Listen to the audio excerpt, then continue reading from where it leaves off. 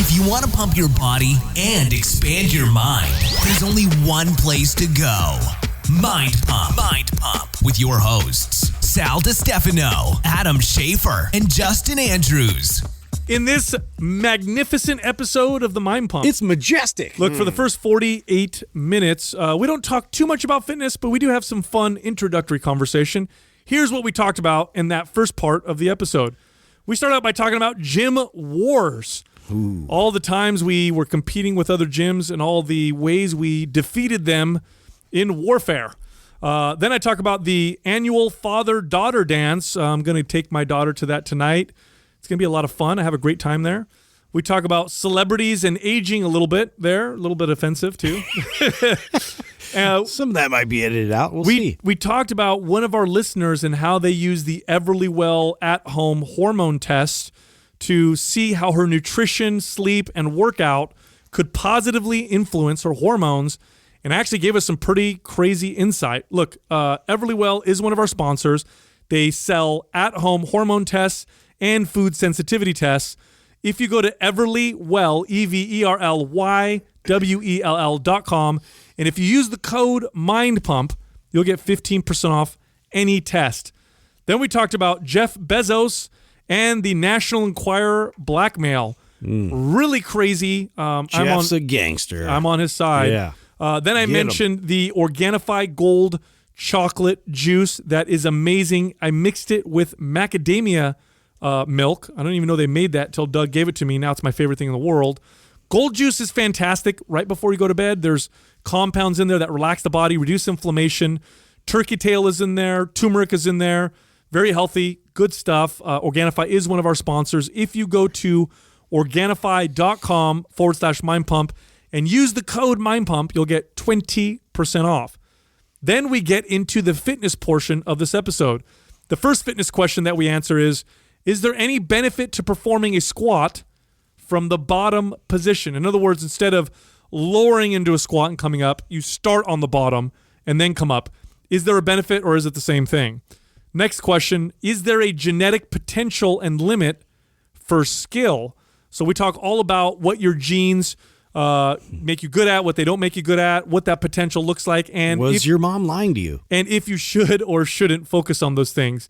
The mailman was kind of buffed. Hey. The next fitness question, we had an interview recently with John Brankus. Great interview. You should check that out. And he sold us on the idea of men and women competing in the same category. Did that change our mind on whether or not trans women are at an advantage when they compete in the women's division in CrossFit, for example, because CrossFit now allows trans competitors to compete in their gender-chosen category. So we have a nice discussion there. And then finally, we share some of our favorite past client success stories. Really touching, gets emotional. It's a really fun part of the episode. Also, I want to remind everybody that this month, MAPS Performance is 50% off. Now, we went into designing MAPS Performance. The goal was to design a program that would get people to move, function, and look like a balanced athlete, like an athlete that has a full spectrum of performance. So what does that mean? Agility. That means strength. That means power. That means good mobility. That means endurance. Like basically all of the physical pursuits you can think about are maximized with MAPS Performance. And what ends up happening is it ends up producing bodies that look like they can move. Okay, so if you picture a ancient Greek sculpture, when you look at the sculptures of the gods, what do they look like? Well, they're muscular, but they're not overbearingly muscular. They have amazing core musculature. They've got nice legs, good hips. Hips are very important for sports. Good shoulders and arms. They look balanced. They look amazing. Picture some of the best athletes in the world, what they look like with their shirts off. That's the kind of results MAPS Performance produces. It trains you. That's all I'm thinking about now. You're welcome. Yeah. It trains you in different planes of motion, so it's not just your traditional squat, bench press, row, deadlift, that kind of stuff. You're rotating, you're twisting, you're jumping, you're moving from high to low, low to high. You're moving fast in some movements, slow in others. You're focusing on mobility. It is a very different workout. It is not boring. It is not like traditional workouts. It's one of the ones that we get the best reviews on. Again, it's 50% off. All you got to do is go to mapsfitnessproducts.com and use the code Green50, GREEN 50. And on that site, you can also find our other MAPS programs for different people and different goals. Go check them out. Have you guys ever, because obviously you both worked in management and gyms and stuff, have you ever had a competitor try to play dirty with you and then you just fire back at them? Well, it used to be really popular when I first started to have flyer wars. Where I remember. You would go to, you rip theirs off and replace it. Well, yeah, you would just go. Rip them off. I mean, it was like this rule, like, hey, you don't come into my parking lot and flyer your gym in my gym parking lot. That's just like a no-no. And if someone does that, then you just rain down on them. Do you know? I remember collecting a ton of those. Yeah, and then just littering it like inside their gym. Well, what was cool is at 24, I had a lot of autonomy, and so I could do things like. Or I would give away like free shit, like, oh, if you have a membership at Right Stuff, come over here and I'll give you a month for free, just for having. Yeah. So it's like, okay, we'll play dirty. Bro, totally. I did that. So when I was down in Palm Desert in Palm Springs, and I had a gym down there with my buddy, there was a Gold's Gym that was in Cathedral City. So we were in Palm Desert. The Gold's Gym was in Cathedral City, and somebody from there put some flyers in our parking lot. And I'm the kind of person, like, if you start that, I get excited. Like, okay, we're gonna do this. Cool. Yeah, right. So my gym, theirs was a Gold's, and it was a smaller Gold's, but Gold's is, what is it? Weights, and that's it. Weights, cardio, locker rooms. My facility had weights, cardio, locker rooms, but we also had rock climbing. We had a swimming pool. We had racquetball. We had a sports bar. It was like more like a country club than there was. So we have all the weights. We had a great weight area, and then some. Right? So I'm like, oh, this is awesome. Here's what I'm going to do. I'm going to flyer your parking lot and give every single person who brings in a membership card from your gym a free month. And after that month, they're going to pay half the dues that they're paying with. All they have to do is bring their paper showing how much you're charging them. I'll charge them half a month after they get the free access. Killed them. So I had destroyed them. Oh, and then it got worse. Then I sent some of my trainers over there. And I had my trainers buy a membership there, and I said, I want you to take because here's my advantage as someone who started out in fitness as a personal trainer, but then later on managed gyms, is I knew what the heartbeat of the gym was. And the heartbeat of a gym is the staff. And if you could take their best staff, you'll kill their gym. So I went over there, I had my trainers go over there, and I had them take their aerobics classes, their Group X classes, their top classes. Mm-hmm. And I said, start scouting. I said, see who the instructors are where the classes are packed. Yep. Go up to those instructors, get their names and numbers. I'll pay them $10 more an hour, and I'll have them teach over here. And of course, all their students followed them because they also got a free membership and paid half their dues. Murdered them. Yeah. The guy, the main owner, because then I would flyer. You just opened up a can, sir. Oh, bro, it was a beatdown. I flyered his parking lot so often. At one point, he got so mad, bro. He busts in our front door with 3 garbage bags full of our flyers and just throws them and walks out. That's great. So mad. I was laughing so hard. It was a terrible. That's great. Yeah, it was good times. Well, we used to do some shit like that. I actually, I don't know if you guys know this or not, but when we were going through that beef with Joe Donnelly way back when, I was talking to Casey, our marketing guy, and one of the things that we almost did was to directly target his audience, and if you had already been paying a monthly membership with him, offer like some ridiculous discount to our programs.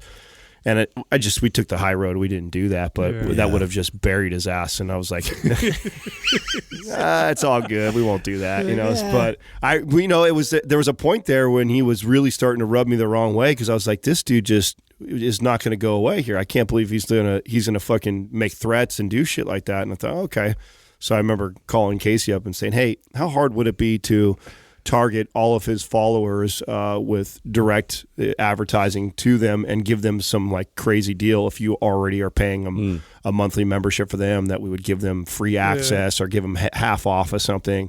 He's like, oh, we could absolutely. There's ways. Yeah, we could absolutely do that. There's always ways. I'd rather not, play those games. I mean, they can get That's fun and exciting. That's a young man's game. Yeah, I'd rather not. I'd rather everybody just compete, and that's part of competition anyway. Though there's nothing illegal about that. There's nothing. Not only is it not illegal, I should say, it's there's being a good sport, But if people raise the bar, then you compete. No, and you raise the bar. Did you see the? Was it not Coors? Who did? What beer was it that was hammering the other two for the corn syrup?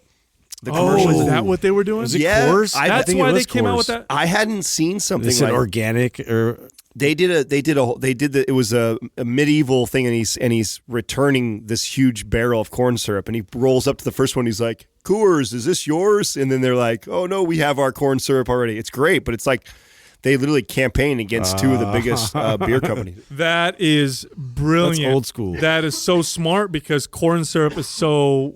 A lot of people don't like it now. It's kind of a dirty word now. Yeah. Right. And boy, that's a good one. No, I thought it was brilliant. I think it's totally brilliant. But I mean, we'll see if it starts like a war between That is very smart. between all of them. No, I like to be cool and compete normally and if we're better, great. If you're better, great. And that's that. Those little tactics they work in the short term, but they don't work in the long term. If you don't have a good it's all product, about raising the bar. Yeah. If you're not doing your job of like having a superior product or whatever service that you're providing, you ain't gonna last. You're not gonna last. I was really close to doing it because I don't think it's really dirty because I knew what our message was. Well, we would keep all those people. Right. What was happening already was a lot of people that had been following his crazy workouts of 54 plus sets in a workout.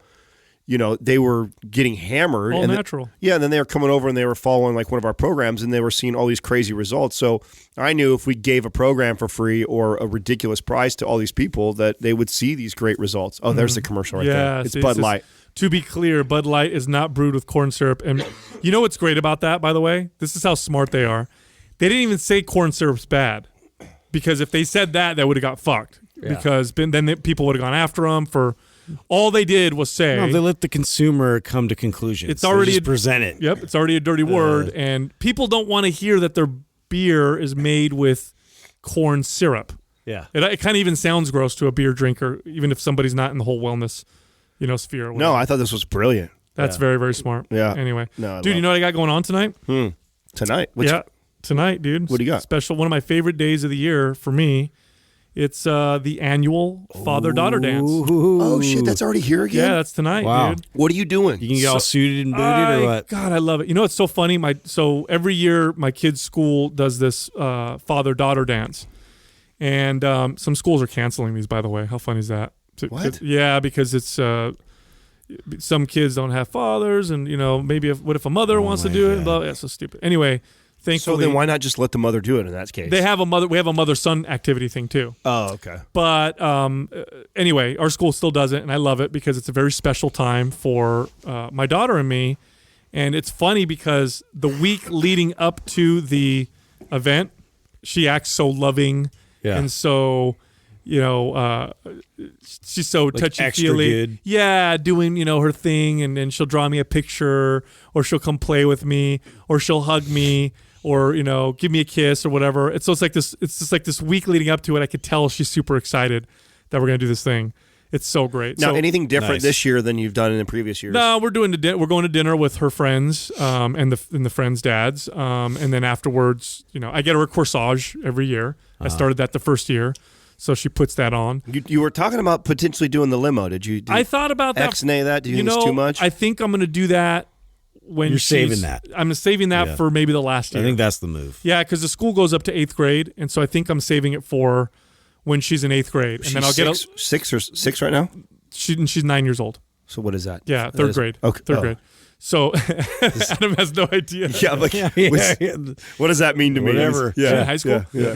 No, so I'm thinking in 8th grade I'll do a limo for her and all her friends. Or Yeah, that something makes like that. sense. That makes sense. To Yeah, wait for that. but because then how do you top that if you do that? This year? So this is kind of lead up. This to is that. a Disney theme. So we went to the Disney store. We got because it's a whole process. So what are you going to be? Yes. I pick out her dress. Oh, I'm just wearing nice clothes. You can be Prince Charming. No. Oh, dude, it'd be great if you did a character. No. Yeah, dude. Aladdin. You should be Aladdin. Yeah. I was thinking the same thing. Yeah, why? Because I'm brownish. Yeah. No, I Either that or Jafar. Jafar, exactly. Yeah. Yeah, one or the other. No, it's cool, man. We picked out her dress and her shoes, and we're doing the whole thing, and it's going to be good. It's funny too because they get so psyched when her and her friends see each other. You can already see the teenagers in them. They're not even teenagers yet, but they see each other.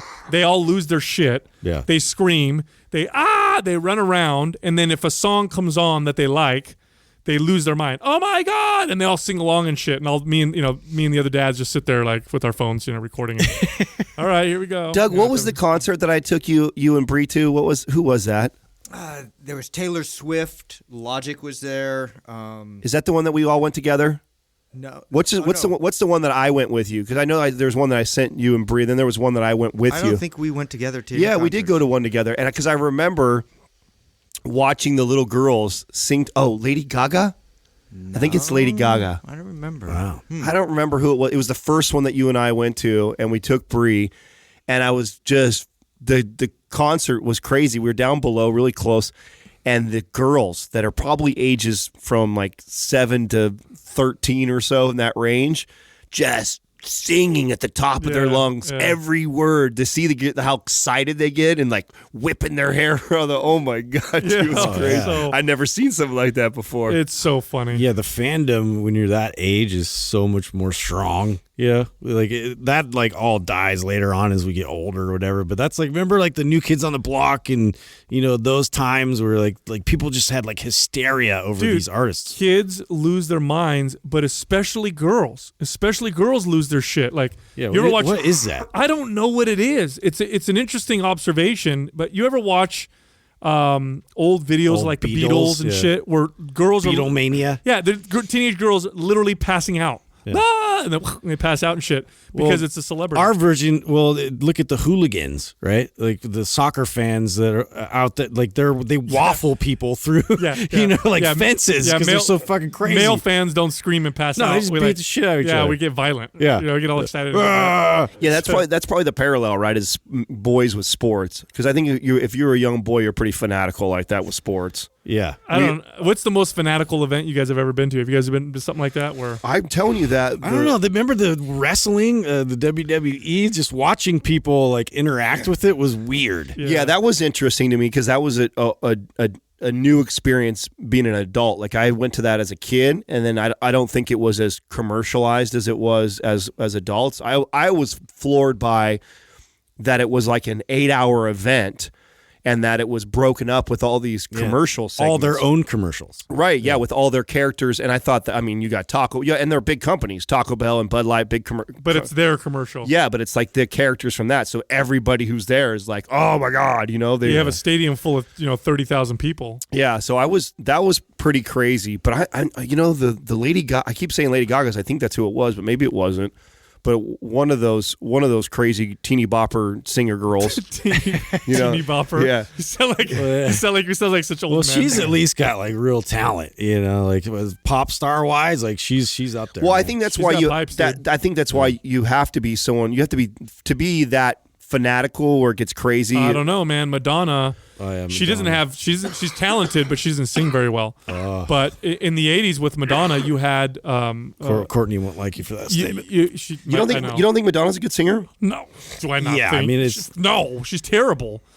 She's a terrible singer. But she's get some heat. She's no. You I'm are. talking about purely her voice, like her pure. Yeah. I'm not in disagreement. Like personally, Who the I'm hell just thinks saying, she's a good singer? I don't Nobody. know. I don't think she's terrible. Well, it's like really. Britney Spears. Like, do you think she's that great a singer? No, but She's not. She's got great like catchy songs. Yeah, she's How better than dare you. Madonna. Madonna. See, no, I just offended Adam. Have you ever listened?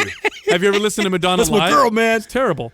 But Madonna was a brilliant performer. She's a brilliant artist. Look, let me put it this way: if music videos didn't exist, No, she's a performer. Yeah, you're Madonna right. would There's a have difference. Madonna would have been no one. If she came at the right time, music videos became a thing, and Madonna was the perfect person at that time. I feel like she actually wrote music though. That to me, like if I look at the credits on the album, like if they have vested interest in writing those songs, I respect it. Like it's the ones for me that they basically have all these people writing all their music and they just sing it, and it's like not even that great. They have the look and then it's they like tweak carbon the sound too. Yeah, it's just like manufactured. That to me, that's just bullshit. That's why Taylor Swift is so special. Taylor Swift is an She writes all her own incredible writer, and she See, can I sing. respect that. And she could, she's very good.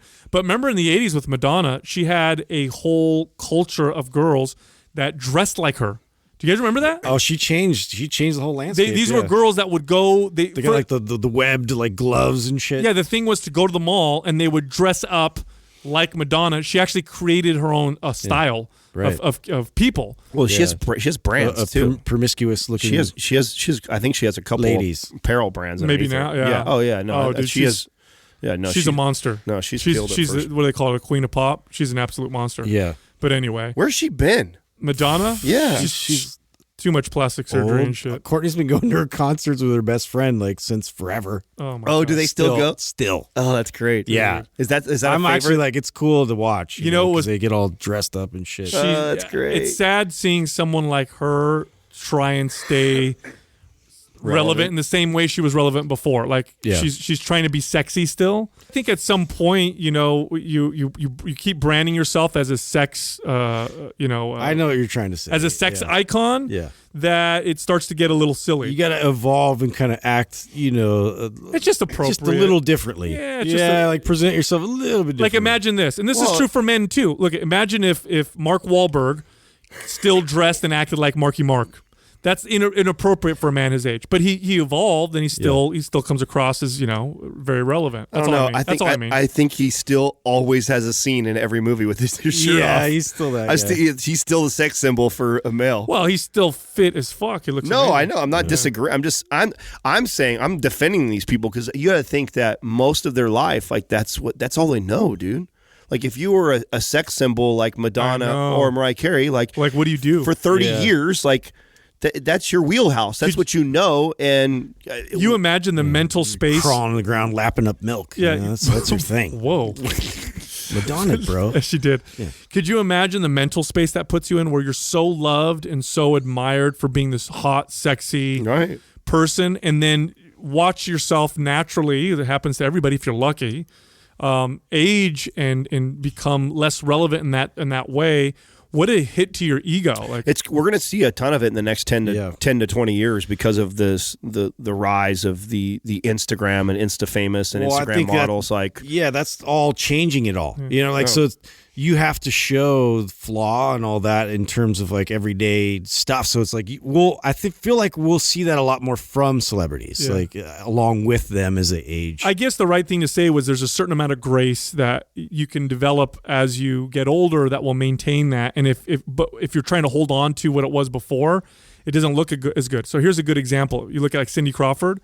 She has like this level of grace now, and she's a lot older now, right? I think Cindy Crawford's 50-something, if I'm not mistaken. She was a supermodel in her 20s. Yeah, she's definitely. But she's got that incredible aura about her now, and she's not trying to play the same game she was playing before. Yeah, you know what she I'm saying? attributes all that to lotions. Is that what she says? I think She's selling creams. That's not. Pretty sure. Yes. But you know who else is good at that? Jenny McCarthy. Have you seen her on her podcast and stuff? No, I haven't seen her podcast yet. Is it any good? I heard a little bit of it. She's funny. Jenny McCarthy's kind of funny. Kind of funny. Yeah, so I like that about her. She's got that kind of sense. Well, of humor. since we're talking about great bodies and physiques, I got to shout out one of our followers, Melly Fit. She reached out to me like, I don't know, I want to say it was a couple months ago, maybe. I think it was. Oh, here we go. It's back in October, November. And she's 26. I asked her if I could share the story. So anyway, it's saying like, oh my God, I can't believe you're putting her business out there. She said it was cool. She's 26 and she went and saw her doctor and she had extremely low testosterone and she's a competitor. So she's a female competitor. She competes in bikini. I think she's actually nationally qualified. So she's been doing it for a while. And they're trying to tell her to get on hormone replacement therapy. And she goes, what do you think? I really want to try it naturally first before I start to take something. I said, no, I highly recommend that you try to do it naturally first, and just gave her a lot of the advice that we talk about on the show already as far as addressing stress and sleep and things like that. Increasing her food intake probably. Yeah, and I said, order a test from Everlywell first, get it tested so you have something to measure. So get 2 of those, get one now, see where it's registering you right now, and then start to apply all the protocol that we've talked about. And we kind of talked back and forth via DM for a while, and she reached out to me just a few weeks ago and said, dude, I came to you after my blood work showed my testosterone was at 13. My doctor wanted to put me on replacement therapy at age 26. I took your advice and it worked hard and it's paying off. Thank you so much. Oh, so the test now shows that she's in the normal range. And then she gave me a screenshot of where she's at, and she's at the 43 mark, which is right dead center of the normal. So she's and she's even See, this is what I like about these at-home Everlywell tests is that because what people need to understand is when you get a hormone test, it's a snapshot of where you're at that moment. right. And your hormones react to your environment and your lifestyle and your diet and your activity and your stress and pretty much everything. So if you get tested and your diet is a particular way, your sleep is off, your training is maybe you're training too hard or not training enough, or you need to change the kind of training that you're doing. Maybe you're lacking a nutrient, whether it be a macronutrient or a micronutrient. There's a million different factors. Being able to monitor your lifestyle changes and how they're affecting your hormones is invaluable. And the trouble with doing it through your doctor is it's a pain in the ass. It's hard to find a doctor who will say, okay, cool, we're going to schedule, a hormone test for you over the next, you're going to do one every other month for the next, 6 months or whatever.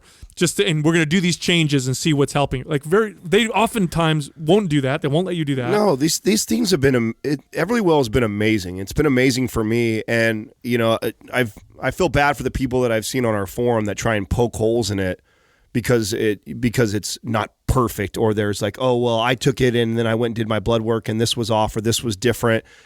And here's the thing, and it reminds me of the same debate that I used to get into people with the wearables and the individual variants that everybody has, and at the end of the day, it's not about trying to prove the wearable being wrong. It's or body fat tests, right? It's exactly same thing. Body fat tests, all these things have room for a little bit of error. The idea is that you use it as a tool to kind of measure these things. So the way I use it is I always order 2 of whatever test I'm looking at. So if I'm taking the omega, if I'm doing the vitamin D, if I'm doing testosterone, I buy 2 right away. And I get the 2 tests. I take one immediately. And then that number, where I don't hang on the number and go like, oh, it says I'm a 43. That's weird. My blood work is saying I'm more like a 22. This thing's bullshit. No, I use it and go, okay, I'm at a 43 right now. I want to be more like a 70 or an 80 is where I want to be towards the upper limit. I'm going to change X, Y, and Z variables, whether that be, okay, now I'm going to shut my computer off 2 hours before bed. I'm going to make sure See how you get affected by it. it. Gives you a range to work with. I give myself 2 or 3 major variables that I'm going to give myself as a goal to change. Apply those, be consistent with them for 30 to 60 days, then remeasure the test again and see what happens. And then I'm looking at the difference from where it was and where it went. I'm not hanging on, oh, it says I'm bad or I'm high. I'm looking at if it flags you, first off, if you're flagged, you get a phone call from one of them. And they'll talk to you about what's going on, and you may go get further testing from a doctor. But what you're saying, Adam, is 100%. In fitness and health, there's a lot of things that you track. You could track your body weight, you could track your strength, your performance, your body fat percentage, energy, sleep, your stool. One of the things that's always been difficult to track on a consistent basis are your hormones, right? Because it requires a doctor's prescription. You got to go to the lab, and then a doctor may give you one hormone test, but they're not going to give you another one 2 or 3 months later, and your insurance definitely isn't going to pay for it unless there's a major issue. So you're kind of fucked. But with something like this, inexpensive, you order it, it comes to your house, and I do the testosterone test. Now I'm doing it once every 3 months or so. Jessica just did the women's hormone health test, and she'll do another one in a couple months because she's doing this gut health protocol right now. So does that have estrogen, progesterone, like all that, like with the testosterone? Cortisol, DHEA. Yeah, okay. So all of that. The woman's health one does. Yeah. Yeah. Okay, cool. So they'll do all that in there. And she's doing this protocol, right? Actually, she did a really good post on her Instagram at the training hour about how your hormones affect enzyme production and how that enzyme production affects how you feel after you eat certain things. So there's certain times of the month, I got to look it up because I don't know exactly what it is. She talks all about it, but there's a hormone that is progesterone, I believe, tells your body to produce this enzyme that breaks down histamine. And so what'll happen to a lot of women is at a certain time of the month, they'll notice that they'll get red flushing, more hives, more migraines, fatigue, and it's due to the fact that their body can't break down histamine. And so what you would do in that particular case is you would take this enzyme, DAO, I believe it's called, or DAO or DOA, and you take this enzyme with your meals, and then you don't get those symptoms anymore. Would you do that and then also lower your intake of histamine-producing foods? You could definitely do that. You could definitely, but she says, because she does, she does coaching, she has people take this particular enzyme. So what she's doing right now, she's doing this whole gut health protocol right now with these herbs and stuff because she's identified she has gut issues, and she's doing the Everlywell test now at the beginning of the test, at the beginning of this gut protocol, and then she's going to do it at the end when all the gut when the gut protocol is over. That's smart. And what she should see is an improvement or a change in the positive with her hormones, because your hormones they get affected. They don't just happen and then you feel a particular way because your hormones are a particular way. Many times your hormones are a particular way because of your lifestyle. I've seen it time and time again. I've seen it with myself. I saw my testosterone levels in the middle, and I saw myself get them up to the very top because I changed a few things, like I added more carbs in my diet, increased my calories, fixed my gut health, reduced my cannabis consumption. Testosterone for me went up. Well, and that's why I love it, because it now helps you hone in the individual variants that we all have. Like, maybe sleep was a missing component for you, but it isn't for me. Maybe it was for me. Maybe it was I was pushing my body too hard in the gym and I was overtraining, and that was what it was for me, and that's not for you. Like, that's the cool thing of a tool like this is it's not about how precise is it to the blood work I did 2 months ago with my doctor. It's more like, okay, this is where I'm registering right now. Let's apply X, Y, and Z, which are things that I think I need to work on, and then go back, remeasure again. What's cool about the women's health test that they do, by the way, is they test you twice. They test you on before and after your period. Well, it's like I can't remember what days they test you on, but the reason why they do this is obvious. A woman's hormones fluctuate, and so you want to see, you could be balanced at one part of your period, but then you could be off on a different part of your period or your cycle. And if you go get a normal hormone test, they aren't going to test all these different spaces in between. They're going to give you one snapshot. Yeah. And maybe you're feeling shitty. Like, okay, so here it is. It's estrogen decreases diamine oxidase activity. That's an enzyme that breaks down histamine. And that happens when estrogen peaks, which is midway through your cycle, at the end of ovulation, and a few days before menstruation starts. So let's say you're feeling shitty or whatever, and maybe you're not producing enough of this enzyme. You get tested not on those days. You're not going to see that. You see what I'm saying? But the Everlywell test does test at different points. So they're thorough. I think they do a good job, and they're inexpensive. So anyway, did you guys see what's the CEO of Amazon, Jeff Bezos? Oh, yeah. Did you see what happened with that? So I saw the article. Katrina sent me something this morning. I haven't had a chance to read it. You told me that something to do with blackmail, right? Bro. Yeah. So his whole divorce thing, right? Yeah. You guys No, fill me in. So he's getting divorced. He's going through a big divorce. It's probably going to be one of the biggest divorces of all time, because he's worth, I don't know how many billions of dollars, right? Amazon's one of the most profitable companies of all time. And one of the reasons why he's getting a divorce is he was having an affair with this woman. Well, apparently the people from Inquirer magazine, or the media company that owns Inquirer magazine, obtained photos that Bezos was sending this girl. Yeah, from his cell phone. What? Pictures of him, like pictures with his dick out, or with a heart on and underwear or whatever, right? Like, what? Yeah, and then pictures that she sent back to him wearing cleavage shots and stuff like that. And shots of are you seeing these? Are you? No. Are So here's the crazy. Describing them. No. Yeah. Here's the crazy thing.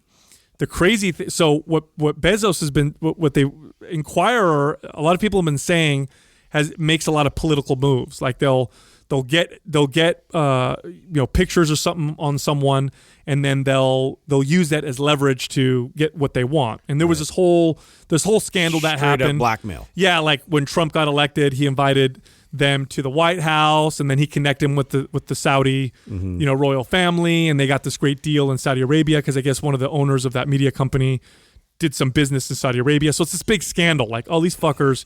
Yeah. They didn't go after Trump, and they have shit on other people, and they've got political motives, and it's kind of this big scandal. And so Bezos has been speculating on it, and he owns part of the Washington Post. Is it the Post, or is it? Yeah, it's Washington Post. You sure it's the Post? Yeah. Maybe we should check on that if Doug can. But anyway, so what they did is they sent. We don't take your word for it. It's fine. Let's just keep going. Well, there's Well, I want to make sure we get Doug, it right. Justin said it. Could you fact check that, please? Fact check me. .org. Yeah. So they sent him an email, and they said, "Hey, basically, if you don't stop talking about our scandal and stuff that we're politically charged, we're going to post these pictures. Yeah. And not only that, but we're going to hold on to them if anytime in the future you guys try to fuck with us. If you don't, They can do that? no, that's they can't. blackmail, Yeah. bro. It's all written down. So he just basically posts this Email. this email. Yeah. And so he put it out there. Brilliant. Yeah. He basically said, I'm going to fucking stand up and embarrass myself, but I want to see I'm going to turn this log over and see what crawls out from underneath it. So before they could blackmail him and fuck with him, he put it out there in a blog, posted the emails, showing what they Wrote said. all about it like ahead of time to kind of give you background story behind it. Yeah, it is the post. Good job, Justin. Yeah, thanks. Yeah, very, very good. I am trustworthy. Bro, tell me that's not Wow. a gangster brilliant move. Well, I mean, I don't even know if it's a gangster move, but it's definitely brilliant. I mean, I think that's the way you have to handle shit now. I think that with social media and how much stuff is out there, that people that try and lie, you're fucked. You did some dirt. Like if anyone like were to call me out on some shit, I would just like right away present it. Like because especially if I text it or sent it, in something, it's like, dude, for sure It only gets worse when you try and hide anything. Yeah. So the best way to handle it is to put it out there right away. And I think more and more of celebrities and politicians and big CEOs like Bezos, I think they're starting to piece this together. Like, So you know what? Like, I'm better off just admitting, like, yes, my dick's out there than to try and say, like, no, I never did. And then it surfaces later. Well, dude, it's crazy what they said to him. I mean, here's what they said. Here are the proposed terms. This is in their email. Yeah. A full and complete mutual release of all claims that American media and on the one hand, and Jeff Bezos and Gavin DeBecker, the Bezos parties, on the other hand, may have against each other. A public, mutually agreed upon acknowledgement from the Bezos parties released through a mutually agreeable news outlet affirming that they have no knowledge or basis for suggesting that American media's coverage was politically motivated or influenced by political forces, and an agreement that they will cease referring to. I mean, it's straight up blackmail. So but what Trying to strong arm him. Break that down. What exactly are they wanting from Bezos? They're wanting him to say that To stop saying back that away from that Saudi kind of deal relationship. Yes, because a lot of other media outlets are saying, "Oh, they were working with Trump, and they're politically motivated, and and they've gotten that kind of heat in the past because I mean they're dirty. It's a dirty business. That's what they do. They get shit on people and they fucking post it and ruin lives, and that's how they make their money. And I think what he did is brilliant because. I think it's the perfect time, too. I think if this happened 10, 15 years ago, I don't think he would have been able to do this because people would have railed on Bezos. But instead, I think technology's been around long enough that people identify more with Bezos than they do with the other people. It's funny. You know what I'm saying? Yeah, this is a bad example, but like I still think of how somebody like Charlie Sheen could get more popular and more liked because of like how he owned it. Bad his behavior was, but he completely was honest about it. He owned it. He owned it early though, dude. Yeah. I remember like that's what I mean. One of the best like interviews I ever read was in Playboy years back of Charlie Sheen, and he just like. I mean, that was like just like I'm paying for hookers. I'm snorting, cocaine off their ass. I think he talks about he slept with at that time over 500 or 1,000 women, and so he'd already put himself on Front Street already. So if you guys say that, and I think we're in agreement, like that's how you should.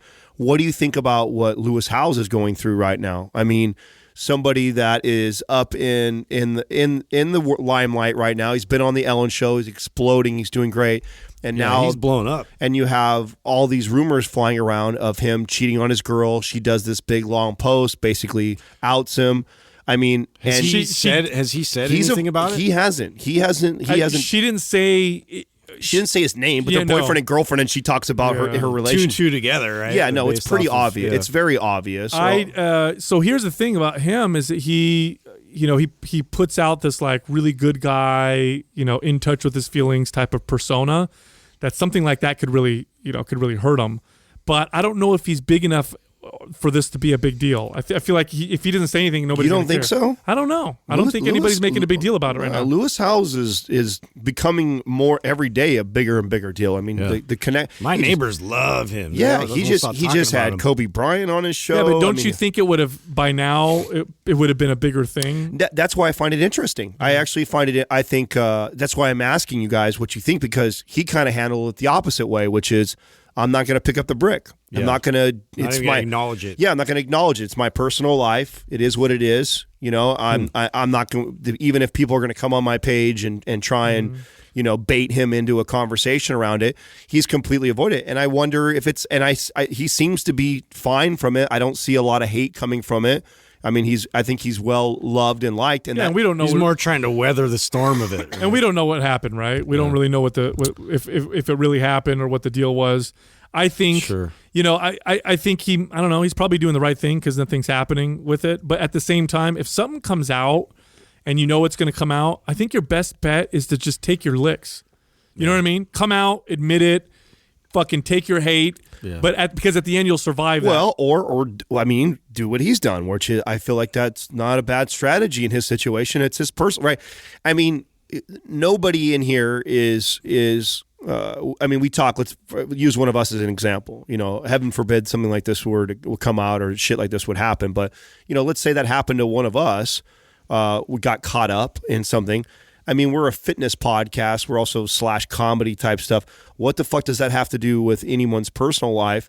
And if you can separate that, and we've done a good job of separating that, why even address that? Like, are you listening to me because of my relations with my partner, or are you listening to me because the information that I'm providing on my show? No, I think it depends on how you view what you do and how you view the way you communicate to your audience. I mean, I don't know. It's a tough one. I feel like it depends on what it is. I feel like it would be, if it was going to hurt the other person, I would keep it quiet. Look, I went through a divorce on the podcast, and there's definitely things I did not like, about my marriage. There's definitely things that, but I'm not going to say anything. I'm not going to say any of that because it's going to hurt the other person. And I wanted to make sure I maintain, a certain level of respect and integrity. So I don't know exactly. That's what I'm saying is okay. I mean, I guess you would have to respond if let's say your partner was coming out after you and posting pictures and texts and shit. Then you're gonna have to say something. I think Yeah. Well, what do you think? What she said is enough. If you're at Lewis's spot, right? Literally, okay. And she came out. I believe she even did a podcast, right? Hasn't she done a podcast talking? I don't think she talked about it. I don't know. Oh, she didn't. I thought she did. No. I know she did a long post about it. So would you come forth and talk about it, or would you just leave it alone? That's a good question. Because you just bring up You bring up a really good point that I think is true too. Is that what we don't know is, and I think when it comes to cheating and stuff like that, or a relationship just going south. I mean, listen, I've been cheated on, and people that know this or know both her and I, when they used to hammer her, and I didn't have that attitude. I actually took full responsibility of even being cheated on. I know that I was very distant in the relationship. I know that I wasn't as affectionate as I was early on. Like I could tell that even though I didn't go out and cheat on her, I also kind of was starting to abandon the relationship. So I feel that I'm just as at fault in that situation, and I would take ownership of that. So you don't know that with Lewis. Like, for all you know, that she could have been seeking all kinds of attention. She could have been doing a lot of things like that, and he may be taking the high road because he's like, listen, I don't want to. It is what it is. It happened. It's bad. It sucks. Whatever. But to drag out my relationship and then also have to talk about all the things that maybe drove him to that. Yeah. Well, when you're hurt and somebody really hurts you, you want to lash out, and I think that's what happens a lot of times. Is people want to lash out at the other person and hurt them in some way. And what better way to hurt someone than hurt their image? And if your image is one of a good, Boy Scout who's very in touch with his feelings and, has a huge, large female audience, like, fuck, like that, he's vulnerable. He seems pretty vulnerable. But at the same time, that means that his ex-girlfriend has to play that role of calling him out, which sure, you might hurt them, but you kind of hurt yourself too. You're going to get a lot of people who are like, oh, I feel so bad for you. But then you get a lot of people who are going to say, well, why don't you just leave and then start a new life? You know what I'm saying? So I don't see a whole lot of winners on that. You know what I'm saying? This whole deal with Jeff Bezos, it's not his wife that's coming out and doing this. This is a whole nother publication trying to fuck with him. Yeah. That's a different story. Like if I'm getting fucked with, not by somebody I dated or whatever, but by some media company or some other bullshit trying to make money off of me, I'm going to fucking come out. I'm going to admit it and take my punches and then go for it. But if it's a partner, that's a touchy one, man. That's a hard one. Yeah. You know, I think it's a different blackmail, you're going to leave yourself open to other people fucking with you from then on out. You know, you have to kind of like address it like that, but I do think a lot of people, I think Bezos did the wrong thing because I think a lot of people in this day and age identify more with him. I think more people like him than are going to hate him. In other words, for a couple reasons. One, technology's been around long enough that all of us now feel the sting of someone's privacy being taken, like pictures off their phone. Because I can guarantee you right now that if I go into a room of 10 people and I take all their phones and go through all their shit, I'll find embarrassing stuff on everybody's phone. Something, whether it's a text taken out of context, a post, or pictures. So everybody's identifying with what he's doing, and everybody's going to say, no, fuck that, don't do that. And I think we've reached that point now. You know what I mean? I agree with that. You know? Yeah, I agree with that. And the other thing, too, is he owns a company that employs 600,000, and everybody loves. Is that what he's up to? Yes. Damn. He said he had what was it like? He did all the shipping in his garage initially, like by himself, and then it grew to like 600,000 something employees. That's a great part of the discussion. Crazy. Because the way they tried to say that they were not liable, because they're trying to say that, oh, you can't come after us for blackmail because all we're doing is informing the public of the person who's running a major company that affects so many different people and so many shareholders. So they're pretending like that's the angle they're going to use, right? Like to protect consumers and shareholders. And Bezos is like, like I have the most profitable company in the world. I've got 600,000 employees. I think I've done a fucking good job running the company. And to me, when it's so silly when it's so dumb. Like when you have somebody running a company and they have personal issues and they're, sending pictures of themselves, but I'm going to look at the company's performance. Yeah. You know what I'm saying? Like, I don't care what he does with his dick. Yeah. Like, okay, whatever. And stocks if you rising. do, that's something More else. jobs. That's another website you're looking at. Yeah. And Amazon is a loved company. So I think that the American media, organization or whatever, I think that they might have fucked up here. Yeah, and Bezos has got enough money to play with them a little bit. So no, he handled it like a champion. They were in the ocean, and they had interesting to see what happens to them as a result of this. They went after the great white dude. You know what I'm saying? Like, I got the stick. I think I could take out this great white. Yeah, we'll see what happens. I'd be afraid too of what his potential connections and backlash could be. I wouldn't fuck with. Yes, no. you got the most cash, dude. now. Everybody who works now for the Inquirer now, they'll never get their fucking prime, dude. Yes, you'll say you'll never get your entire staff. What the fuck? I work no more Wolf Boy, newspapers out there. Oh man. Speaking of good products, dude, are you guys taking the gold juice? The Organifi, the chocolate one? Yeah, no, it's good. I've taken it a couple of times. Although I'm on the green juice right now. That golden brown. Hardcore because of my cold, dude. I'm kicking this thing still. So Doug got us macadamia nut milk yesterday. Oh, did you try that? Yeah, dude. Okay, can I tell you something right now? I haven't tried it yet. I'm angry that you gave me that, Doug, because oh, it's that good. It's way better than almond milk. No, really? Way better. Is it just the consistency? I've only been talking about it for 6 months. Yeah, but now I tried it, dude, and we're all ruined. That's how long it takes, Doug, for us to, adopt it. My kids love it, so my kids tasted it, and they love it by itself. Oh, wow. Jessica loves it, and then I mixed it with the gold chocolate juice at night because it's good for sleep or whatever. It's just got a much better mouthfeel than the almond almond milk. Is it thicker or thinner? It's got a little bit more of a creamy consistency, but it's not super thick. It's just got a nice mouthfeel to it, and it's mild. It's got a mild, sweet flavor to it. Okay, you're selling me now. And the macros are really good. Here's the problem. It's expensive. Oh, it is? Yeah, macadamia nut milk, bro. It's macadamias. Yeah, but through Thrive, Doug said it's not as bad. It's not as bad. It's $1 less than you'd find. So okay, so then what is it?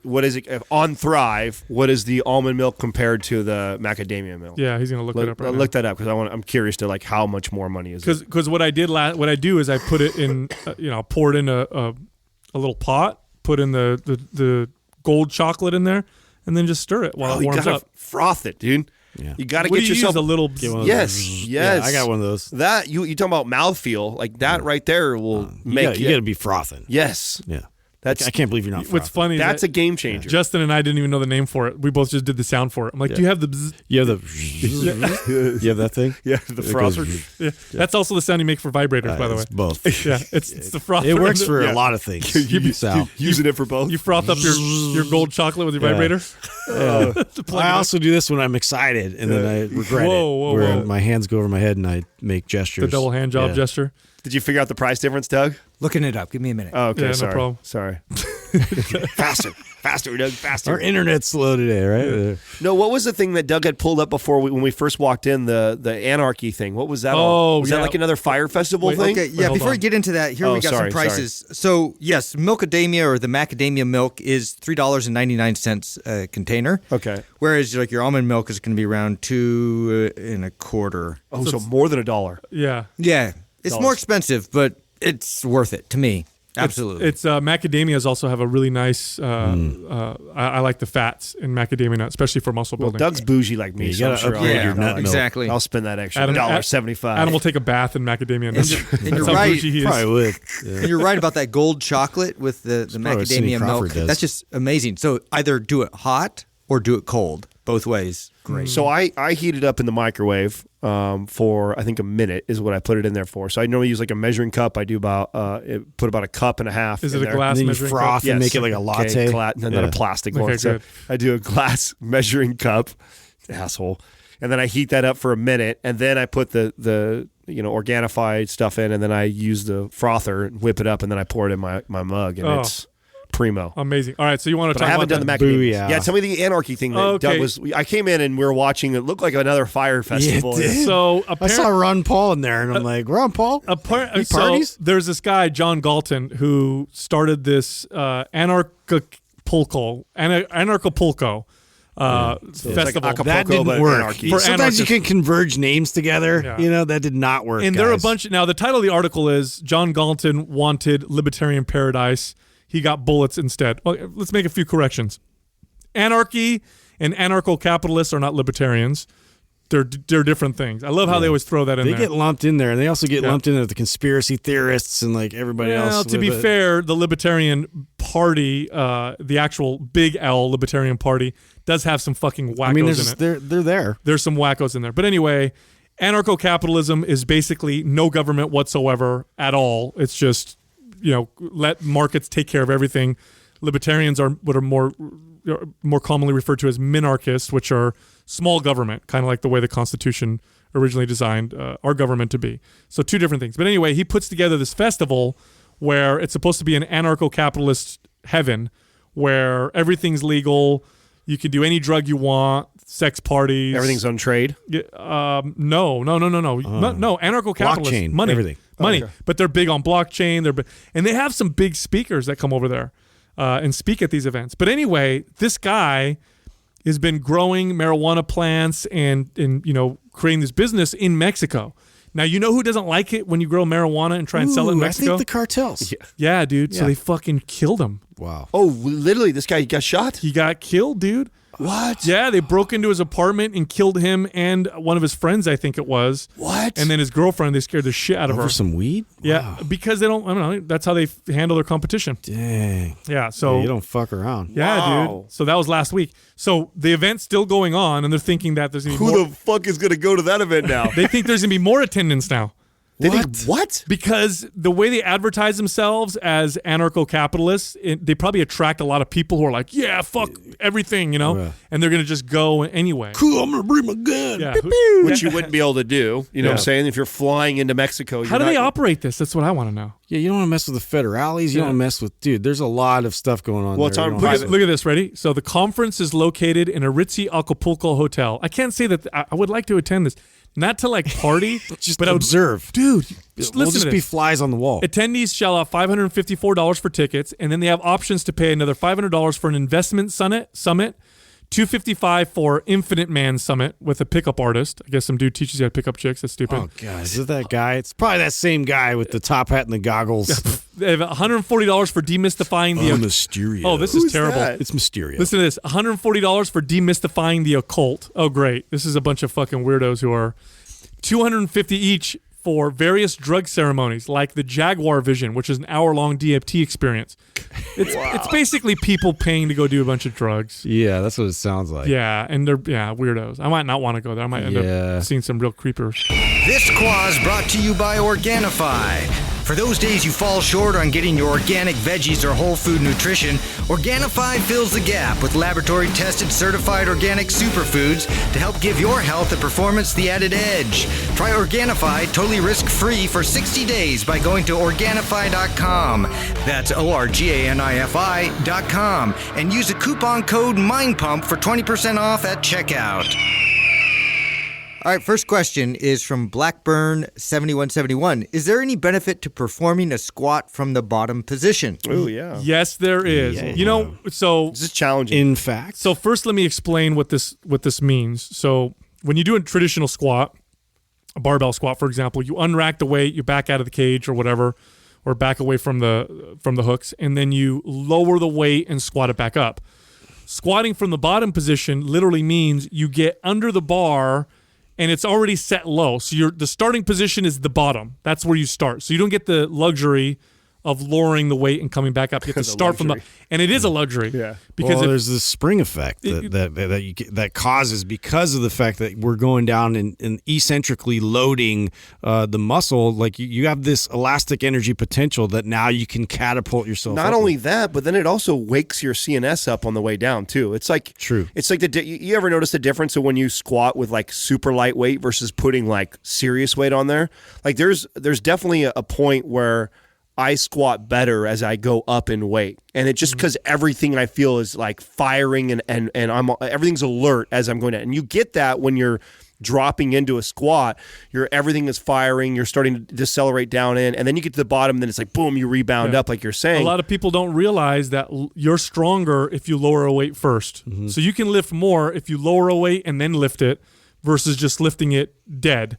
Like a deadlift, you'd be able to lift more if you could somehow start at the top and then come down. Store some energy because, and there's a lot of theories as to why this happens. Some of it's like elastic energy. The muscle fibers connect to each other, and as it lowers, they build up this kind of stretch effect, and then it, like almost like a spring adds more to it. What do they call it? I know coil effect. It's the stretch reflex. Yeah, is that it? Yeah, I think that's sliding what it is. filament theory. So it's something like I know it's part of it. Yes, part of it. So I first learned about this years ago when I read this book. I've referenced it a couple times called Dinosaur Training.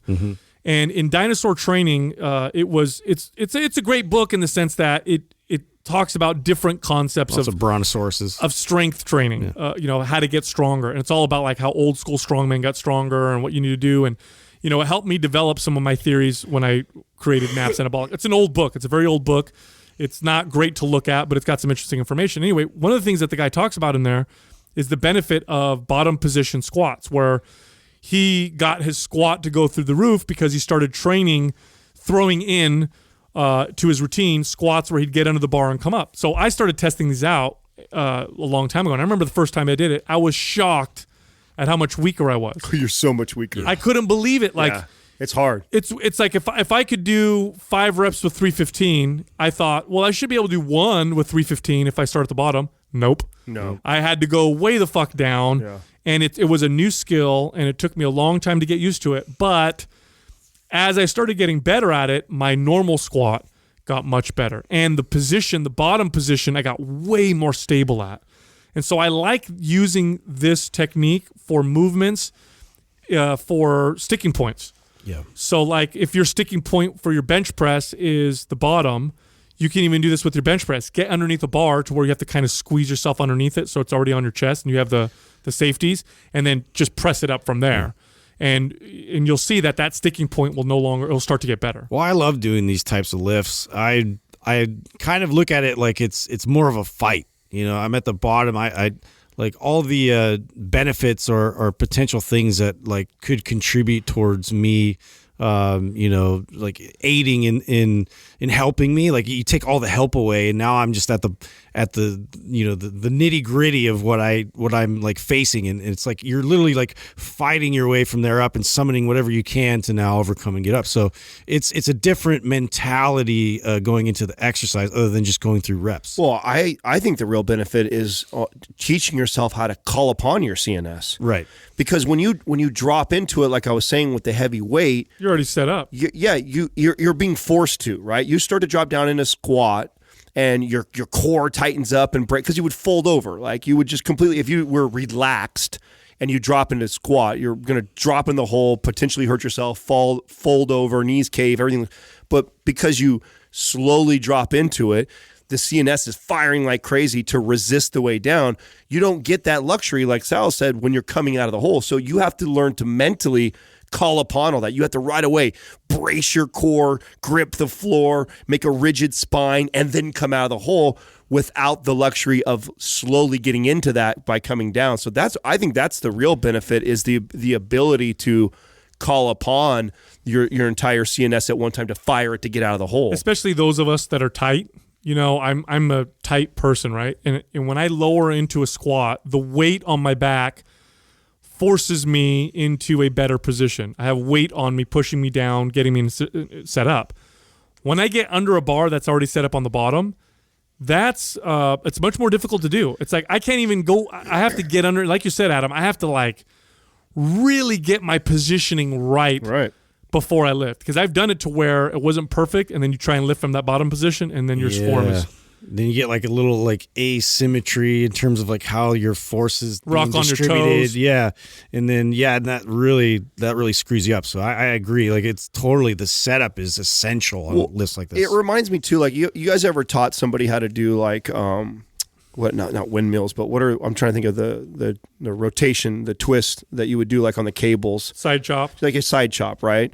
And when you first teach somebody to rotate like that, and then you add resistance with your hand and you tell them to push against there, so then they can, and then all of a sudden, because you're adding that resistance, they can now feel it in their abs. It's like just a way I would coach it. So before I'd even put them in the cable, I used to do that, I'd say, put your hands out straight like this, and then I would push against their hands. I'd say, resist that. And then all of a sudden they go, oh, yeah, okay, I feel that in my core abs. Okay, that's what you want to think every time you go into this rotation.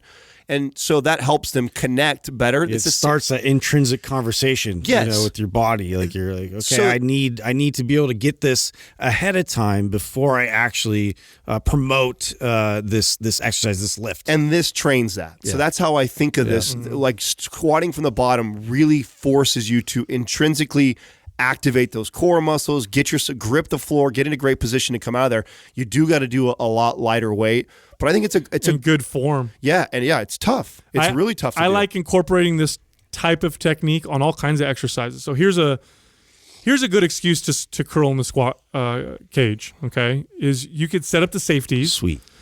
And you could set up your barbell, put it on the safeties so that it's at the bottom of a curl, put weight on the bar, and then from that bottom position, do your curl, lower it back down on the safeties, step away, count to 2, grab the bar, do another curl. You lose the effects of that stretch rebound effect. Mm-hmm. So in essence, you're doing a dead curl each time. And let me tell you, it's a different exercise. It's a different exercise than lowering the weight and coming back up. Now, I'm not saying it's going to replace it, because I still think, lowering the weight and coming back, just like a bottom position squat's not going to replace a traditional barbell squat. Yeah. But when you add it to your routine, because it's different and it's different enough, it's a novel stimulation. Your body, you're not used to training that particular way. Watch what happens. You build more muscle and you end up getting stronger. And you can use this with almost any exercise. My recommendation to implement this on a day, the way I would program it into my routine is on a non-heavy lifting day. So if I already did like heavy squats that week, and I'm on my second or my third time of hitting squats in the week, and I've already done like a really heavy lifting day, like this is a day where, because you'll see it'll be 50% of the weight. I mean, I can't do. That's about what I do. Is 50% is about what I can get up to. It's crazy hard. I can't go anywhere near what my PR or even my singles, doubles, or triple workouts look like on a squat. So, so you're not going to do as much damage to the legs and glutes on these days. But I think it's great for, like I said, the CNS training, and I think it's a great way to add into your routine. It's not something like you said, Sal, that would replace like your basic barbell back squat. Next question is from Zachary Verhessen. Is there such thing as a genetic potential and limit for skill? For sure. Yeah, I think what you end up with, this is for anything, by the way. The NBA is a perfect example of this. Yeah. The cream rises to the top. There's nothing you can do. There's nothing I can train or do to ever be as good as LeBron James. Nothing. No. I could train every day of my life, eat perfect, recover perfect, and I'll never reach his potential of his skill. No, and it's good to know this, but it's also good to know that you have a potential. Like, look at it this way. If you're using LeBron James as an example, let's say he represents the number 100, and a 0 is an infant who can't even walk or crawl, right? So you're somewhere in between that. You have your own scale, and let's say your scale is between 30, where if you never train, never exercise, never practice your skill, that's how good you're going to be at basketball. And then let's say 60 is your upper limit. You have a lot of range there. There's a lot of room that you can play within through your training, through your practice, because I know people who end up getting crapped out when they know this. Like people will learn like, oh my God, pro bodybuilders, they just have crazy genetics and they use anabolic steroids. Why am I going to even waste my time working out? You still have a tremendous amount of potential for yourself. Well, and you also got to address this. So when you're talking about skill, more than likely we're talking about that being applied towards some sort of a sport. And the way your body is also built changes that. So that's how you move. It's your brain. Yeah, like so certain body types, not just your genetic potential, your DNA, but then your skeletal structure makes a difference also. So that's also genetic potential too, though, right? Yeah, that's part of it. But that's what I'm saying. It's not just this. Okay, like I was born with this great gene to be an athlete. It's like if your skeletal structure was designed to be more favorable for a specific sport, you already are going to have a higher range. So if you use your example of 0 to 100, my genetic potential is a little bit higher for basketball than maybe Justin is because of his frame. Like just because of my skeletal frame. But just if you base it off that, because just that alone. There's also genetic potethic for intelligence, agility, reaction time, all kinds of stuff. But also intelligence. There's also genetic potential for work ethic. I'm sure there's a genetic potential there as well, as far as and also environmental factors. Like you have to look at all the things that make up, all of your total potential. So. Let's say I'm competing against, let's say I own a business and I own a shipping company and I'm competing against another shipping company. And the guy who owns that other shipping company genetically is just way smarter than me. He's twice as smart as I am. But I work way harder. Can I make up the difference? Absolutely. Maybe he's smarter in one thing, but not as smart as me in other things. Does that make up the difference? Absolutely. Yeah. There's so many things that make up this pie of potential that I think people sell themselves short all the time. I think you would be blown away. I think the entire game is understanding like what those things are, what those attributes are that you want to vest most of your efforts into to optimize, abilities. And I would wish that there was a process like you go through, like going through school, like at a young age, where they can really evaluate, a lot of like potential gifts that you have that you didn't really know. Even if it's physically or mentally or, characteristics or things like that, like why it would be so great is if, instead of like always comparing yourself to somebody who's 3-4 inches taller than you, that obviously has certain characteristics and traits about them that they would like squash you in, what you could really foster to then compete. There's also so many factors that you can't control that if we focus on them, I think they tend to discourage people. And I think that there's so many ways that these factors can interact with each other that it's almost moot to focus on them. Like I'll give you a great example. Let's say you have a particular genetic makeup that would make you perform and succeed exceptionally well in a lifestyle that is extremely challenging. So let's say you have the genes that will make you successful if you grew up with single mom, poor, abuse, whatever. Then that sounds like you win the lottery if you're in that particular situation, you become successful. Now, most people probably do terrible in that situation. So there's also a combination of factors that combines with your genetics. Like there's some very successful people that had some terrible odds, but maybe their genes combined with those odds is what made them succeed so well. I would go out on a limb and say that 90% of the population are pretty close. Like so I liked your 0 to 100 analogy. So I believe that a good portion, and I'm throwing a random number like 90, but I would think a good majority of us could have the potential to make up quite a bit of the difference that someone. I would agree. You may be 2 or 3 inches taller than me, but like you said, if I'm smarter and I have better work ethic, then that makes up for the 2 or 3 inches. Mm-hmm. So I think a majority of the population is closer than they think they are, right? Then you have the 5% or 10%, which are the outliers, Mm-hmm. the people that have that ability to. So I think most of us, if you use the scale that you use, Sal, are somewhere between 30 and 80. They can reach somewhere in that, like 80. But then there's the true outliers have all the gifts and they work their ass off and really hard. Like, so you mentioned like a LeBron James. He understood like a Michael Jordan or a Kobe Bryant. Like the work ethic was insane. Nobody was doing what they were doing. Yeah. And saw that and applied that. And then also he cares a lot more about recovery and like treating his body the right way. There's so many factors in the fact that why he is the best. I think it's a waste of time, honestly, to think about your genetic potential. I really do. I think it's a waste of time to focus on anything you can't control. Well, the one thing I will disagree with that is because I wish I understood, my body type and how that could play a role in specific sports. And I always go back to the swimming thing for me.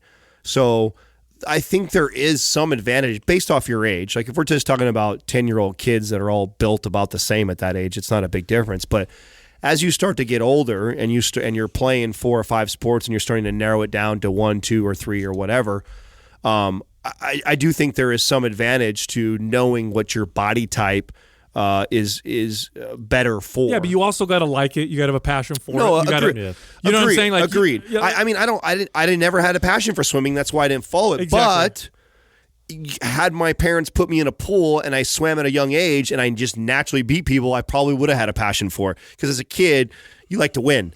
You know what I'm saying? And like you tend to just gravitate towards the things that you are good at. And if I was put in things that I was succeeding at, maybe I would have had a passion Yeah, for. but that's that. I think that goes with the whole like introduce your children to a lot of different types of sports and activities, and then take it from there because comes out of it. There's a lot of people. Spud Webb, great example, does not have what you would think would make an NBA player.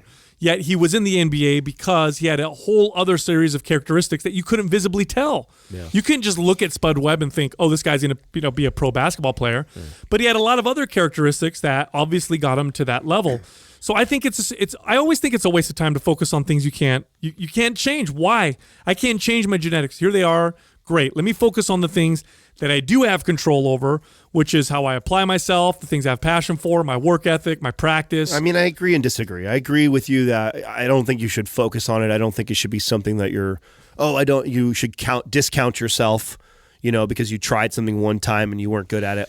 My genetic potential for this sport is just not there, so I should just give up. Like, I definitely don't agree with that. But I do think there is some weight to recognizing your body type and maybe applying yourself to. There's a million sports out there, a fucking million sports out there that you can try and play. So it can be a little daunting, like that you may never fall in the one that was really you were designed for. And so, well, and that's why I think too, it's good to like put yourself into these types of things that you suck at and realize how hard you have to work, and the work ethic part of it you can develop and then apply that into something you're actually good at. Well, otherwise, you don't learn that process. If you go into the thing you're really good at immediately, you don't develop the work ethic. You tend to like the things that you're naturally good at, and the stuff you tend to get great at is the stuff that you're naturally good at and you also fucking love. Mm-hmm. When you find a good combination like that, where you have a kid who, let's say, is built for swimming, and you put them in the water, and they fucking love it on top of it, now you've got a winning combination. Yeah, but the way I fell into sports wasn't that romantic. I was a kid who wanted to play, and on the playground there was a tether ball. There was, got kids throwing footballs out on the dirt, and then there soccer ball. Kids were kicking that around, and then there was a basketball court, and it was like I played what my friends wanted to play, and what got me good at the sport was because I wanted to play and I wanted friends. It really was that. And then the work ethic towards that is what made me continue that on. Like, okay, now I'm getting decent at this because I've been practicing and practicing and practicing. I don't think that when I grabbed a basketball, I was like a natural. I didn't just like, oh, this just feels like it was meant to be. It was like I wanted to play with kids and I wanted to have fun. And so that fed into it. You know, again, going back to what I'm saying, like I think that there's nothing wrong with a parent who has a kid looking at your kid's body type saying, for sure. I'm going to introduce him to X, Y, and Z because for sure. I know he's built like me. Like I know I'll do that with, when I have a kid, I know that's what I'll do. I know I'll look at his structure and go like, oh, I want to introduce him to these sports and see, if he or she ends up liking them and see where they go from there. Yeah, that's just it. You got to see if they enjoy it and they have a passion for it. No, of course. I mean, I actually, in fact, I had a message. Was it? No, it wasn't a DM. It was in our forum. Somebody said that they were talking about their kid. And they were talking about how their son is really small for his age, but they'd like to put him in sports. What sport should they pick because they want him to build confidence, but he's not very big? And I'm like, wrestling. Put him in wrestling. There's weight classes. He'll be competing against kids his own age, and it'll give him a great opportunity. He learns technique, skill. It's very competitive, and the kids he'll be fighting will be kids that are in his weight class. So it'll be as even as as can be in that sense. Next question is from Rachel Elena. In the interview with John Brinkus, you seem to be sold on the idea of men and women competing in sport together. Are you also now sold on trans women competing in the women's division CrossFit competitions? If so, how was he able to convince you, but the representatives in the trans community were not? If not, please break down the difference in allowing men and women to compete together, but not trans women with cis women. Yeah, so that was a great episode. So if you haven't listened to our interview with John Brinkus, one of my favorite. It was a great episode. So here's where we ended that conversation, okay? He made a very, very compelling point that boys and girls should just compete against each other. And what you'll find in the younger ages in particular is there's no difference. In fact, at some ages, girls, they go through puberty and before boys do, and they're faster. Actually excel. And I think this is where we all agree in this. Yes, and I think if we're going to here's his argument. His argument is maybe at the upper echelon of competition, like professional football, professional basketball, like at the 1% of the 1%, you're probably going to see men dominate most of those sports. You may see some women here and there who are exceptional. But it weeds it out. Because at that level, the best of the best will play. And sure, in a lot of sports, especially where size and strength make a big difference, like football, it's probably going to be mostly men. Maybe you'll have women do certain positions, but probably mostly men. But at the younger ages, you're going to see women start to compete with men. And look, here's the deal. A lot of guys will be like, no, guys are better than girls and this and that. But look, when people say, like when I say that, if I say that, am I better than most women? No. There's a lot of women strength athletes that'll kick my ass in lifting weights. There's a lot of female martial artists that'll kick my ass in a fight. And so that was the argument he was making. Now, the argument that the trans community was making with the CrossFit is that there is no competitive advantage because they were biological men before becoming women. That's where we disagree. I think there is a competitive advantage, especially when it comes to strength sports. However, we did say in that episode with the trans athletes, if you want to do that, why not eliminate all categories and just have everyone compete at the same time? Right. In which case, then it'll be totally fair. Right. And that's kind of the argument. So is there a competitive advantage that men have over women when strength plays a major factor? Of course, that's a fact. Yeah, and I liked the way he presented it was more about which human is best in this particular direction, rather than the best man. Yeah, and so what we're talking about now in terms of like with trans community and like involving within it's sort of dividing the sexes between two and but also incorporating like what we're trying to do. It's convoluting the whole process of that. And to be clear, CrossFit is a private organization, so they can do what the hell they want. And I think they should be able to do whatever they want. But CrossFit's a good example of one of these sports that potentially actually could do this, where they just eliminate boys versus girls. It's no longer boys versus girls. Let's just make it the fittest human in the world. Well, and so here's what happens. Know what I'm saying? And then when they deadlift, probably the men are going to have some advantage. But when they do maybe some upper body or endurance parts, sport, maybe the women. So fucking A. I mean, if there's anybody who could actually put this theory to test, it would be like the CrossFit community. Here's my theory. If this ever happened on a large scale where we were truly competing equally, okay, true equality, everybody competes against each other, and the best of the best are the best humans, doesn't matter if you're male or female, I think you'll get a lot of pushback from women because it'll start to reduce their opportunity. Mm-hmm. Like imagine if all the pro sports were men and women and there were no female pro sports because there was no more allowed. You weren't allowed to just say one gender to the other. There wouldn't be a lot of women in these opportunities in some of these sports. Now in other sports, I think there would be, like golf, for example. The best female golfers probably can do actually, in fact, he brought that case up and talked about how. Well, I thought it was in terms of like where I thought it might get muddy too is how they give scholarships and how like where we can actually like look at in terms of like which sports we're recruiting men versus women and how that all is going to play out in terms of colleges funding athletes and getting them involved. Exactly. So let's say college is elite, right? So let's say they have college basketball or college football, and there's no more men's college basketball and women's college. It's just college basketball. Just basketball, and it's the best of the best. You might be in a situation where out of 10,000 college basketball players who are going Division I, or I don't know how many players, 500 or whatever, who are getting a scholarship, maybe no women get it now because they're competing, solely against, or they're competing now in open categories. Right. So I don't know, but if we're heading down that path and everybody wants to be equal, because this goes, it's all about fairness, I don't know. It's kind of like, I don't know. Be careful what you wish for sometimes. Like it's interesting what would happen. It goes both ways though. If there's certain police departments, fire departments that the military that has different criteria for women than men. Like that would have to erase also. We would just have the best people for the job. You either pass or you don't. So I don't know if people would even want that, but he brought up a good, compelling case. And I do agree in kids sports, it makes perfect sense. I watch, 9, 10, 11, 12, 13, like shit, a lot of the girls beat up on the boys at that age. They're faster than the boys a lot of times. And, it was interesting though, because I was thinking about it and I remember 2 years ahead of me, like on the football team, on the varsity team, they had a female kicker, and she did awesome, and it was like it made perfect sense to everybody. It's like she's great. She plays soccer. She's a great fit. She kicked like 40-yard field goals. She had like a leg, and it's like, why wouldn't you want her on your team? There's things like that in where it makes sense to me, and I'm like, why? There's also a difference. I think we have to point out, since they brought this up, that there's something different hormonally too with a girl who's playing soccer with the boys at 9, 10, 12 years old, and then somebody who has grown up as a boy, gone through puberty, become a man,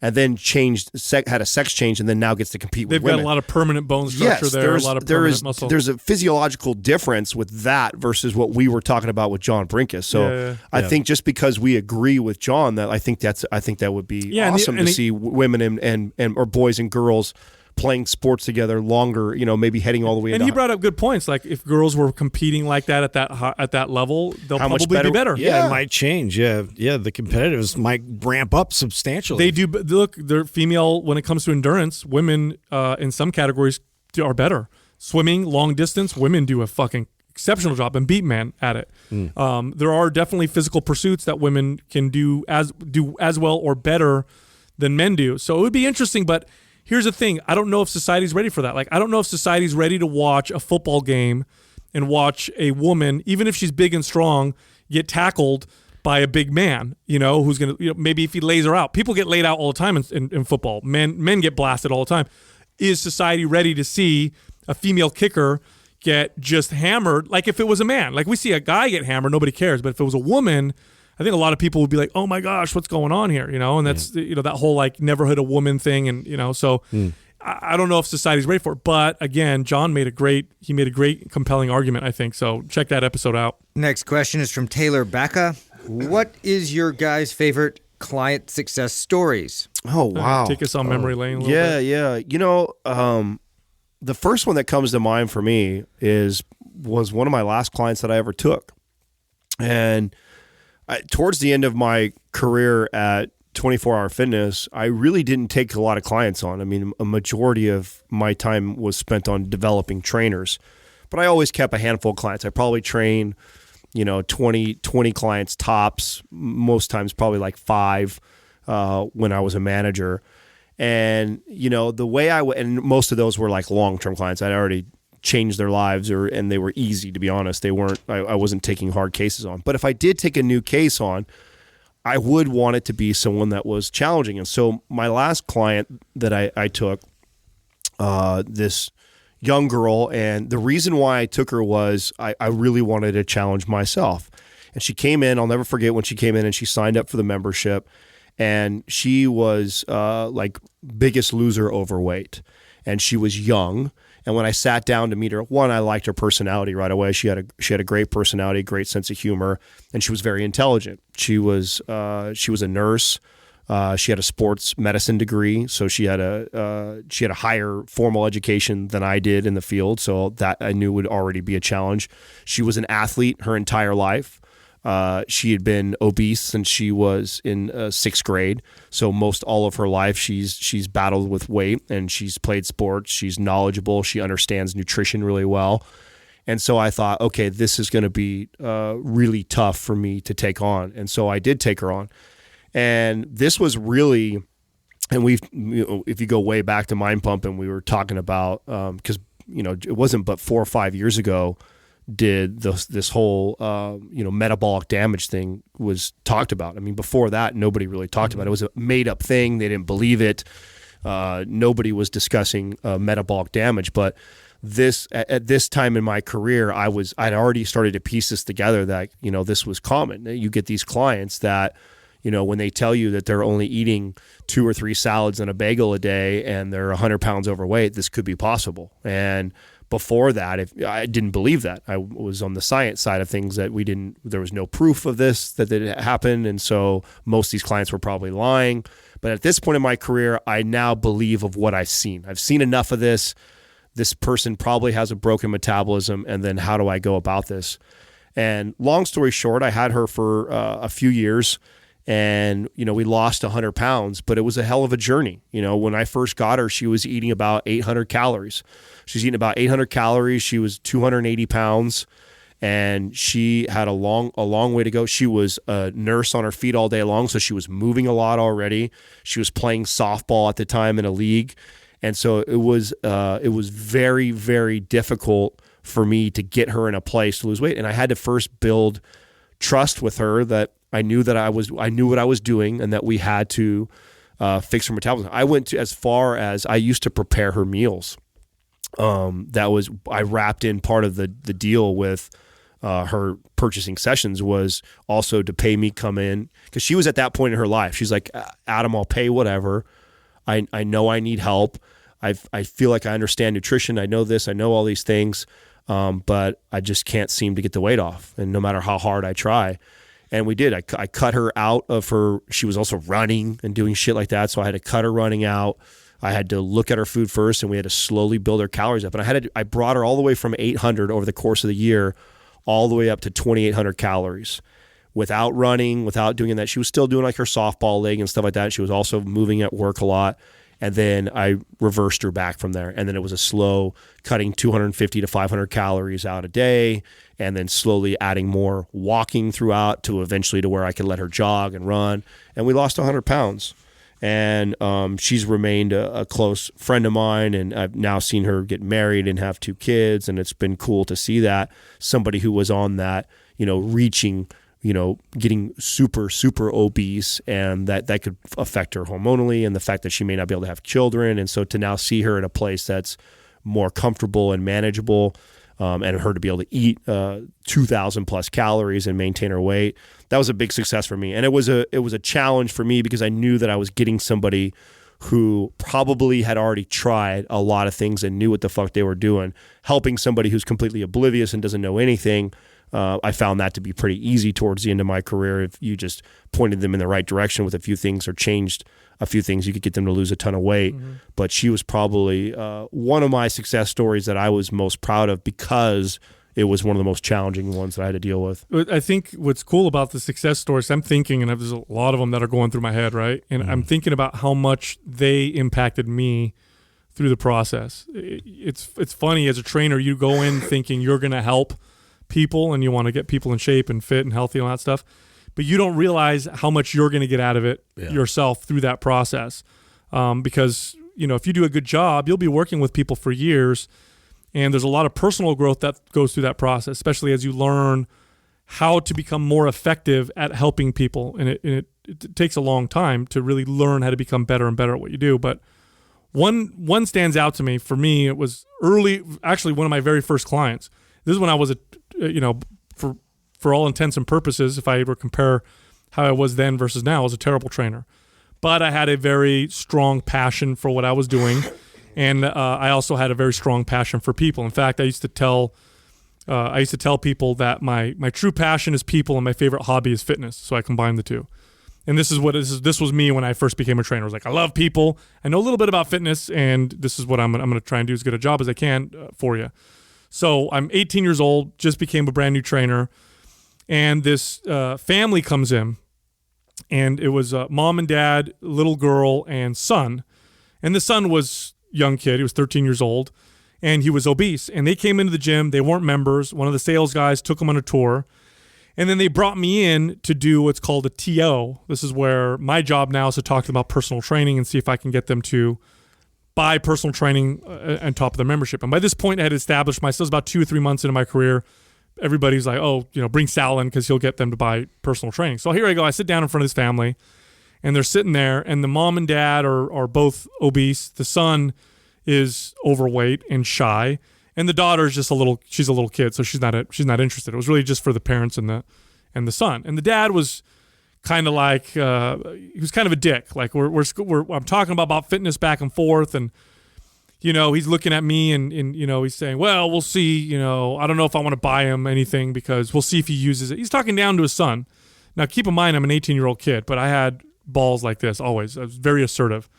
So I'm sitting there looking at this guy. I'm getting irritated because I can see this kid really getting insecure by the way his dad's talking about him. Like, he's not going to, he needs to prove it to me, and he's not going to do it. And, I don't want to spend money on him and waste whatever. This and that. So I looked at him and I said, I'm going to be honest with you. I don't remember I'm not going to use his last name, so I'll say Mr. Johnson.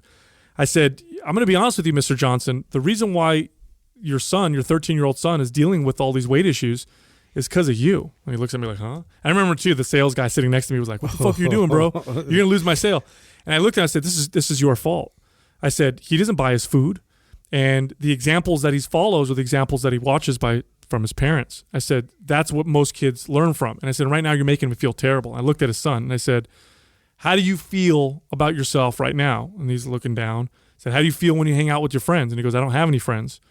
And the boy kind of started tearing up, and then the mom gives him a big hug, and the dad looks at me all angry. And I said, if you want to do something right now. Make the choice. Get him a professional and put that in my hands. I'll take care of this. I'll make sure this happens. And so he did. He bought him a bunch of training, and I started training his 13-year-old son. And the kid was so insecure when he first started with me. He'd come in, he'd look down, he would be very shy when he'd talk. But I talk about this all the time on the show about why one of the reasons why I used to love to train kids was that, fitness is such a clear black and white example of you put work in and you get a result. Mm-hmm. And that translates to everything. Like if a kid comes in and I have them do 10 push-ups today, they come in next week and I do 12 push-ups, I'm going to point it out to them. I'm going to show them the chart. Last week you did 10, today you did 12. Do you know what that means? And no, I don't know what that means. You are not the same person. You are a fundamentally different person than you were last time. Biologically speaking, you are not the same human being. Because you worked out, you could do 2 more push-ups. You could not do that last week. And it just, for kids, it just fucking clicks. They're just like, whoa, like I'm changing? Like if I put this effort in, I get this out of it? And so this kid was just fucking loving it. Like I'm showing him, like, look what you can do now. Look what you did last week. Look at your improvement. And little by little, this kid would come in and just smile. Next thing you know, he's talking to people. Before you know it, he's like fucking one of those members in the gym that everybody knows. You know what I mean? He'd come in, everybody high-five him. Hey, what's up? He'd say hi to everybody. Became the super confident kid. His mom would come in. His grades are getting better. He's making more friends. Completely transformed his kid's personality. In the meantime, lost 15 pounds, building muscle. I had gotten promoted to manager, and then I had moved out to run another club, and kind of lost contact with him. And, years later, he found me, and the guy is a personal trainer. He told me how much I changed his life, how much fitness changed his life. And I remember that because I remember it was the first time I had ever seen, because after that I saw that many times. I could see the impact that if you apply real fitness and health, if you really teach someone to care about themselves, if you teach them to feel good about themselves, you show them what the work that they put in, what they can get out, and they actually value that. You see that happen time and time again. But that was my first time really witnessing that remarkable transformation. Not just physically, because physically he lost 15 pounds, he looked different, but he became a different person on the inside, completely different. You wouldn't recognize this kid in a 5-month period, from a shy, insecure kid who was almost going to cry at the membership sales desk to 5 months later, high-fiving people, making jokes across the gym, and basically becoming this confident young man. And of course, like I said, later on, telling me how it just impacted the rest of his life. So that's always going to stand out for me. Yeah. Now I have to follow that up. Thanks a lot. We lost 100 pounds. Yeah, this guy. Changed the kid's life. Let me one up you here. Yeah. Justin's I increased this kid's vertical by a half an inch over a summer. He's in the NBA now. And he pays me still. It's great. I have a very similar story, but it's this kid I have who was... You got a kid story, huh? Well, he's not a kid. I say kid now that we're old, but he was in community college at the time. So... he was his whole thing was he wanted to get into this college and to play rugby and to play this sport, and he kept applying to this school, and his goal was to really get in, and his grades just weren't good enough, and he was overweight, and everything that you had mentioned, like not having friends, like he just was coming to me in destitute. His parents were with him and signed him up. And same situation where the parents didn't reflect health at all. Like they were just, they were obese themselves. And this kid was had found some success with rugby and with playing sports, in that there was a position for him, like almost like a lineman, where being big was worth something, right? Like this was a great place for him to start, building community, but he had higher aspirations. He wanted to get better.